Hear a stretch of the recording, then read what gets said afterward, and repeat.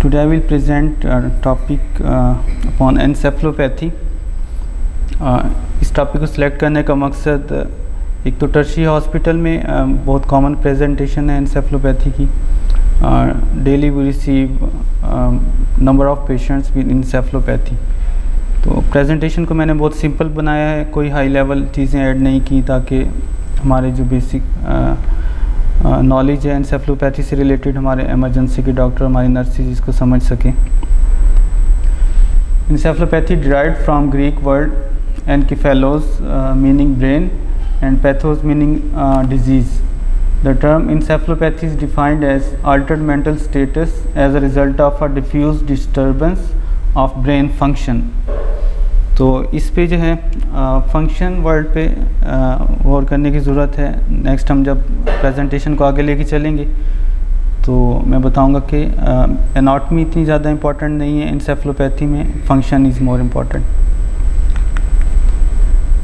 Encephalopathy means damage or disease that affects the brain. It happens when there has been a change in the way your brain works or a change in your body that affects your brain.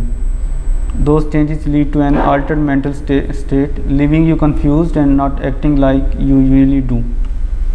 Encephalopathy is not a single disease but a group of disorder with several causes. It's a serious health problem that without treatment can cause temporary or permanent brain damage. Encephalopathy condition का नाम है, basically कोई disease नहीं है. एक condition जो कि develop होती है, कॉजेज़ डिफरेंट कॉजेज़ हैं और उसका काज कहीं भी हो सकता है. उसका काज एब्डोमेन में हो सकता है, उसका काज यूरिनरी ट्रैक्ट में हो सकता है, लेकिन डेवलप कब होती है? जब उसका ब्रेन अफेक्ट होता है उस काज की वजह से. Encephalopathy versus encephalitis, both are different terms. It is easy to confuse encephalopathy with encephalitis. The words sound similar but they are different conditions. In encephalitis, the brain itself is swollen or inflamed. In encephalopathy, on the other hand, refers to the mental state that can happen because of several types of health problems, but encephalitis can cause encephalopathy. Causes and types. There are two main types of encephalopathy, reversible and irreversible. In causes का brain में, दिमाग में होना ज़रूरी है. जब भी कोई पेशेंट ड्राउजीनेस के साथ आते हैं, हम सस्पेक्ट कर रहे होते हैं encephalopathy है, तो इन causes का माइंड में होना ज़रूरी है क्योंकि हमने कैटेगराइज करना है कि कौन सी टाइप की encephalopathy है ये. Reversible types are hepatic encephalopathy. When your liver is unable to remove toxins from your blood as well as it should, they build up in your body. That makes it hard for your brain to work well. It can happen to people with a chronic liver disease like cirrhosis or after an overdose of acetaminophen or other medications.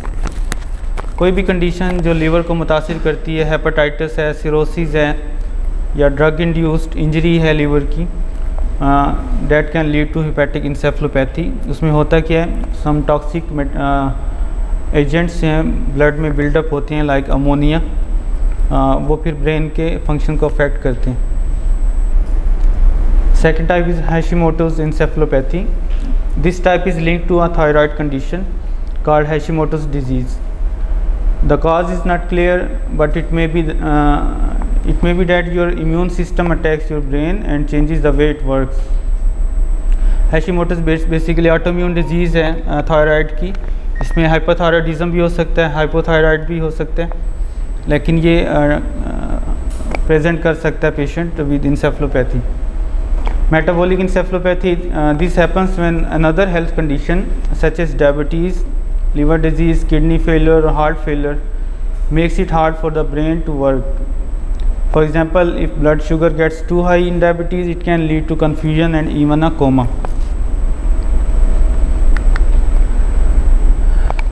Some more reversible causes, infections of the brain such as encephalitis or meningitis, or in another part of the body such as urinary tract infection, and extreme response to an infection called sepsis can also lead to encephalopathy. Sometimes हम patient देखते हैं बहुत ज़्यादा sepsis में है, like drowsy होता है, तो हम कहते हैं कि इन्फेक्शियस इंसेफ्लोपैथी है ये, तो ये उसी काज का जिक्र हो रहा है। Brain tumour can lead to encephalopathy. Long term exposure to toxins, drugs like solvents, some drugs like benzodiazepine, salicylate, aspirin जिसको हम बोलते हैं, acetaminophen, barbiturates, tricyclic anti depressants, radiation, paints, industrial chemicals, some metals, and another reversible cause is non-convulsive status epilepticus. This happens when you have seizures over and over in your brain, though they may not cause any physical symptoms. Sometime ऐसा होता है कि patient scissor activity चल रही होती है brain में, sometime obvious होता है, हम फिट्स ऑब्जर्व कर रहे होते हैं, सम टाइम ऑब्वियस नहीं होता, जस्ट माइल्ड सी ट्विचिंग फेस पे या लिम्स के ऊपर हम उसको देख सकते हैं, तो ये उसको हम बोलते हैं non convulsive status epilepticus. Another reversible cause is hypertensive encephalopathy. It is a neurological dysfunction that is induced by malignant hypertension, most commonly seen in young to middle-aged patients who suffer from hypertension symptoms. It usually starts 12 to 48 hours after a sudden sustained increase in blood pressure, which is usually manifested by a severe headache. ये भी एक common presentation है, emergency में हम देखते रहते हैं, blood pressure बहुत ज़्यादा रिकॉर्ड हुआ 180 200, साथ ही पेशेंट जो है ड्राउजी है, उसका GCS ड्रॉप हुआ हुआ है, तो हाइपरटेंसिव इंसेफ्लोपैथी उसको हम लेबल करेंगे। Vitamin B1 deficiency, thiamine deficiency. When a person has a vitamin B1 deficiency, they can develop a type of brain disease called Wernicke's encephalopathy. B1 deficiency may result from alcohol use disorder, malnutrition, and problems absorbing food in the gut. पहले हम reversible causes को discuss करे थे, अब ये हैं irreversible काज। Irreversible causes ये कि पेशेंट इंसेफ्लोपैथी में गया तो बहुत ही लेस लाइकली है कि वो वापस कॉन्शियस रिगेन करे। chronic traumatic encephalopathy, this condition is caused by repeated head injuries which damage the brain. Today it is the best known for its ties to high impact sports like football and boxing. खेल के दौरान sir पे बहुत ज़्यादा hit किया है किसी चीज़ ने, फुटबॉल ने या बॉक्सर्स को ये लग जाती है तो ब्रेन डैमेज हो सकता है और पेशेंट इंसेफ्लोपैथी में जा सकते हैं। Hypoxic ischaemic encephalopathy, it happens when your brain doesn't get enough oxygen which leads to brain damage. It can happen after cardiac arrest, carbon monoxide poisoning, drug overdose और near drowning. ये type भी बहुत common hospital में देखी जाती है। Patient present करते हैं कि शॉर्टनेस ऑफ ब्रेथ बहुत ज़्यादा था, घर में ऑक्सीजन अवेलेबल नहीं थी, पेशेंट ड्राउजी हो गया, काफ़ी लेट प्रेजेंट हुआ तो उसको ब्रेन इंजरी हो चुकी होती है, तो बेसिकली हाइपोक्सिक इस्कीमिक इंसेफ्लोपैथी में उसको हम कैटेगराइज करेंगे।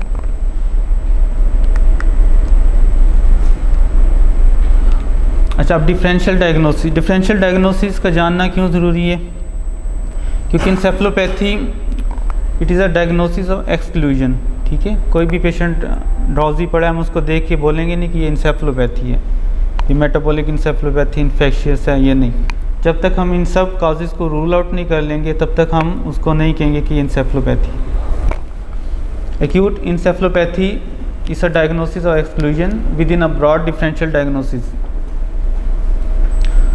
Alcohol withdrawal, meningitis, encephalitis, brain tumors, non-convulsive seizures, central venous thrombophlebitis, bacterial endocarditis, fat embolism, basilar artery thrombosis, traumatic brain injury, right hemispheric stroke.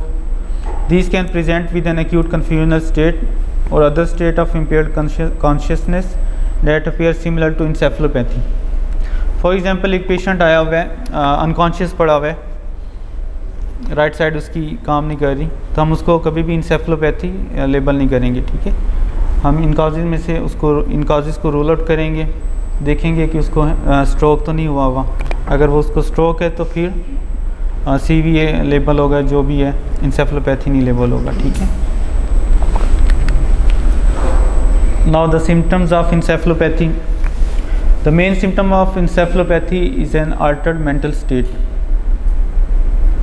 एक altered mental state हम usually charts पे लिख देते हैं, नोट्स में mention कर देते हैं, लेकिन ये एक ब्रॉड टर्म है. इसमें क्या क्या हो सकते हैं altered mental state में? Having trouble staying alert, having problems thinking or processing information, feeling confused, forgetting things, behaving out of character, finding it hard to concentrate, and feeling very tired. These symptoms may get worse over time. The progression depends on the type of encephalopathy and how severe it is. In addition to an altered mental state, a person with encephalopathy may experience involuntary muscle twitching, involuntary eye movements, shaking, muscle weakness, trouble swallowing or speaking, and seizures. तो इन सब symptom में से हो सकते हैं एक symptom present हो, दो हो, तीन हो, तो इन सब का हमें जानना ज़रूरी है.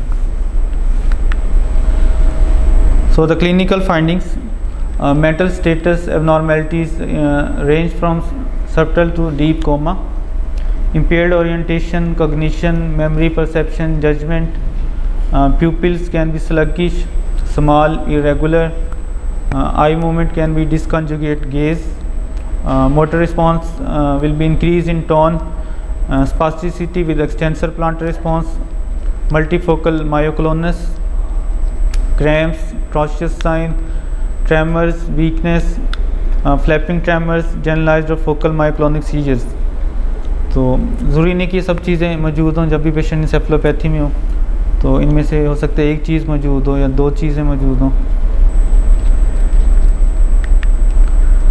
सो नाउ द पैथोफिजियोलॉजी कि encephalopathy डेवलप क्यों होती है, क्योंकि शुरू में हमने डिस्कस किया कि ये ऐसे ब्रेन की डिजीज़ नहीं है, इसमें ब्रेन की एनाटॉमी डिस्टर्ब नहीं होती. कुछ अदर कंडीशंस हैं बॉडी की जो कि अफेक्ट करती हैं फंक्शन ऑफ द ब्रेन. तो किस तरह से करती हैं वो हम देखते हैं. Normal neuronal activity requires a balanced environment of electrolytes, water, amino acids, excitatory and inhibitory neurotransmitters, and metabolic substrates. Normal blood flow, normal temperature, normal osmolality, and physiologic pH are required for optimal central nervous system function. All forms of encephalopathies interfere with the function of ascending reticular activating system or its projections to cerebral cortex. There is interruption of polysynaptic pathways and altered excitatory inhibitory amino acid balance. Increased permeability of the blood-brain barrier is evidenced by elevated protein in the CSF, a frequent finding in encephalopathy. अब basically हो क्या रहे, दो तीन चीज़ें जो mainly affect हो रही होती हैं. एक तो फर्स्ट लाइन में हमने देखा कि इलेक्ट्रोलाइट इम्बैलेंस, वाटर कम हो गया, ज़्यादा हो गया, अमीनो एसिड और न्यूरोट्रांसमीटर्स इनका इम्बैलेंस हो जाता है किसी भी डिजीज़ कंडीशन की वजह से, वो अफेक्ट करता है ब्रेन को. सेकंड लाइन में गौर करें कि ब्रेन को फंक्शन करने के लिए ब्लड फ्लो नॉर्मल होना चाहिए, टेम्परेचर एक रेंज है उसके अंदर ब्रेन फंक्शन करता है. टेम्परेचर बहुत ज़्यादा कम हो जाए या बहुत ज़्यादा हो जाए तो उसका फंक्शन अफेक्ट होता है. इसी तरह ऑस्मोलैलिटी है, पीएच है, ये सब चीज़ें मैंडेटरी होती हैं ब्रेन को नॉर्मल फंक्शन के लिए. अगर ये चीज़ें डिस्टर्ब हो जाएं किसी भी वजह से, किसी भी बीमारी में, तो encephalopathy डेवलप हो जाती है. The pathophysiology varies according to underlying etiology. Cerebral edema contributes to acute fulminant hepatic encephalopathy and to hypoosmolar encephalopathies. Drug-induced delirium results from the disruption of normal integration of neurotransmitters, including dopamine, acetylcholine, glutamate, GABA, and serotonin. Electrolyte derangements alter membrane excitability.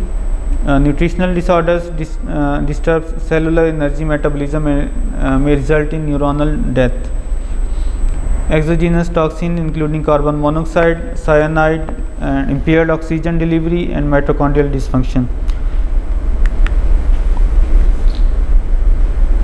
अच्छा, एक patient है emergency में आया है, drowsy है, unconscious है. आप ward में देखते हैं कि पेशेंट पड़ा हुआ है, ड्राउजी हुआ हुआ है. तो हम लोगों ने क्या डिटरमिन करना है कि इफ़ अ पर्सन हैज़ इंसेफ्लोपैथी, सबसे पहले तो ये डिटरमिन करें कि इंसेफ्लोपैथी है या कोई और वजह है, ठीक है। जब हमने डिफरेंशियल पढ़े थे तो उसमें जो भी कॉजेज थी उसको पहले रूल आउट करें। Next, what type of encephalopathy person has, फिर उसके बाद उसको कैटेगराइज करना बहुत ज़रूरी है कि रिवर्सिबल काज है, इरिवर्सिबल है। अगर रिवर्सिबल है तो कौन सी है, हिपैटिक इम्पेयरमेंट की वजह से है, किडनी डिसफंक्शन की वजह से, इन्फेक्शन की वजह से, इलेक्ट्रोलाइट इम्बैलेंस है, तो इन सब चीज़ों को डिटरमिन करना ज़रूरी है।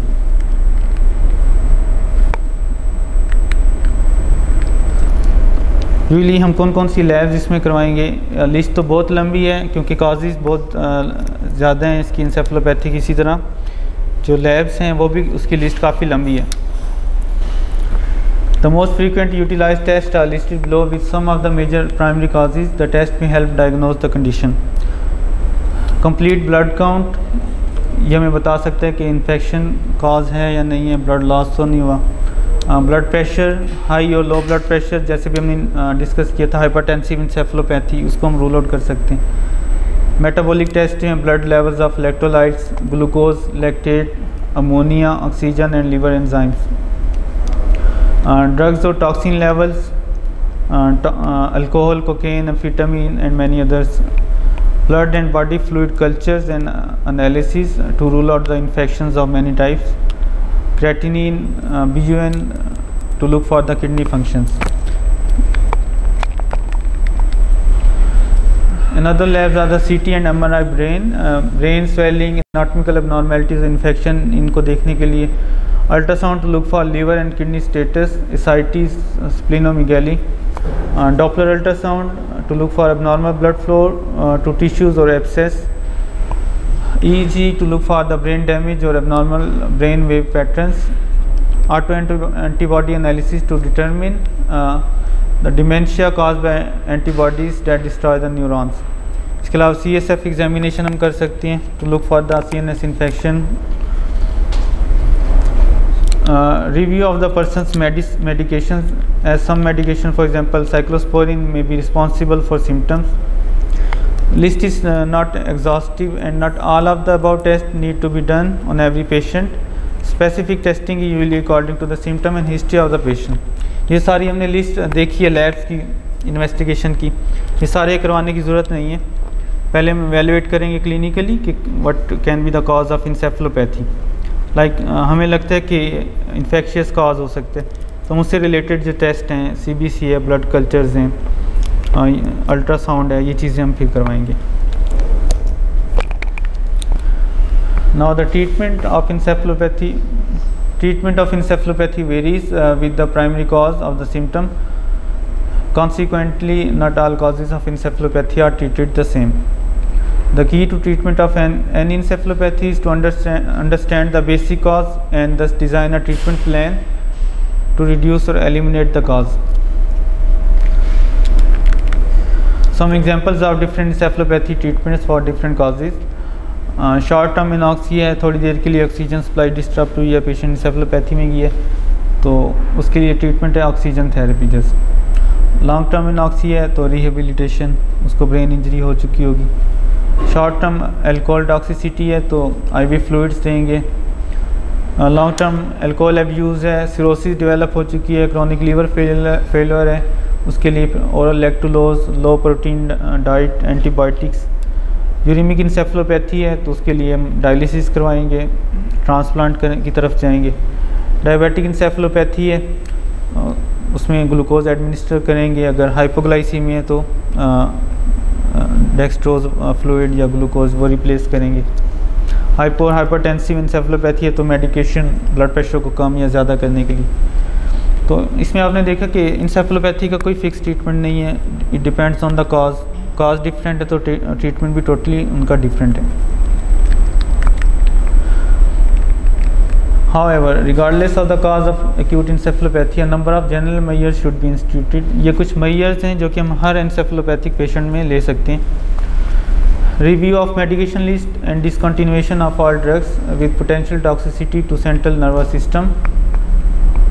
Physical restraint should be used only as a last resort, if at all, as they frequently increase agitation and create additional problems. such as loss of mobility, pressure ulcers, aspiration, prolonged delirium.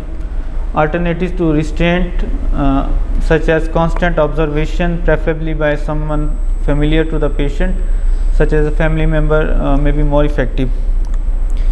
ये इसका हम बड़ा मतलब frequent use करते हैं हम अपने hospital में, तो इससे जितना अवॉइड करेंगे वो अच्छा है, क्योंकि न्यू रिसर्चेज इस पे डेवलप हुई हैं, अप टू डेट में वो मेंशन है, तो उसमें आउटकम 3 to 4 times सेवियर बताया गया with the patient restraint. Haloperidol may be given parenterally to treat severe agitation. Older adult subjects really require only small doses. Intravenous haloperidol has been associated with clinically significant QT prolongation, requiring additional precaution regarding its use. Short-term use is advised. अब encephalopathic patient most of the time बहुत irritable होती हैं, तो बहुत से sedatives हमारे पास मौजूद हैं हॉस्पिटल में, लेकिन हम सब sedatives नहीं यूज़ कर सकते. हेलोपेरिडोल जो है ये एक सेफ हमारे पास drug. Haloperidol should be avoided in case of alcohol withdrawal, anticholinergic toxicity and benzodiazepine withdrawal, and also in patient with parkinsonism. Thiamine should be administered to patient with a history of alcoholism, malnutrition, cancer, hyperemesis gravidarum, or renal failure, or on hemodialysis. Now what can be the complications? Complications of encephalopathy vary from none to profound mental impairment that lead to death. The complication can be similar in some cases. Complication depend on the primary cause and can be illustrated by citing a few examples from the wide variety of causes. कुछ examples दी गई हैं कि different causes of encephalopathy की क्या complication हो सकती है. Hepatic encephalopathy can lead to brain swelling with herniation, coma, death. Metabolic encephalopathy can lead to irritability, lethargy, depression, tremors, and occasionally coma or death. Anoxic encephalopathy, a wide range of complications from none in short-term anoxia to personality changes, severe brain damage to death in long-term anoxic events. Uremic encephalopathy can lead to lethargy, hallucinations, stupor, muscle twitching, seizures and death. Hashimoto's encephalopathy जो thyroid से related थी, it can lead to confusion, heat intolerance, dementia. Wernicke's encephalopathy जो vitamin B1 deficiency से develop हुई थी, it can lead to mental confusion, memory loss, decreased ability to move eyes. Now the prognosis, same like complication different है हर type की, इसी तरह prognosis भी different है. The prognosis depends on the initial cause and in general the length of its time, the length of time it takes to reverse, stop or inhibit those causes. Consequently, the prognosis varies from patient to patient and ranges from complete recovery to a poor prognosis that often leads to permanent brain damage or death. This highly variable prognosis is exemplified by patients that get encephalopathy from hypoglycemia. If patients with hypoglycemia are given glucose at the first signs of encephalopathy, for example irritability, confusion, most patients recover completely. Delays in correcting hypoglycemia may lead to seizures or coma. A long delay or multiple delays in treatment can lead to poor prognosis with extensive brain damage, coma or death. तो encephalopathy को एक तो उसको diagnose करना कि encephalopathy है, फिर उसका कैटेगराइज करना और फिर जल्द से जल्द उसका ट्रीटमेंट शुरू करना, क्योंकि इसका जो प्रोग्नोसिस है, कॉम्प्लिकेशंस हैं, डिपेंड्स ऑन टाइप और ट्रीटमेंट हम कितनी जल्दी शुरू करते हैं, इन चीज़ों पे डिपेंड करता है. ये जो लास्ट पे एग्जांपल उन्होंने दी है, एक सिंपल हाइपोग्लाइसीमिया है, ठीक है, हाइपोग्लाइसीमिक इवेंट होता है, hypoglycaemia can lead to encephalopathy. फ़ौरन करेक्ट कर देंगे, कोई कॉम्प्लिकेशन नहीं है, टोटल रिकवर कर जाएगा. जितना डिले करते जाएंगे तो it can lead to even coma and death और परमानेंट ब्रेन फंक्शन लॉस है. So that was all from me.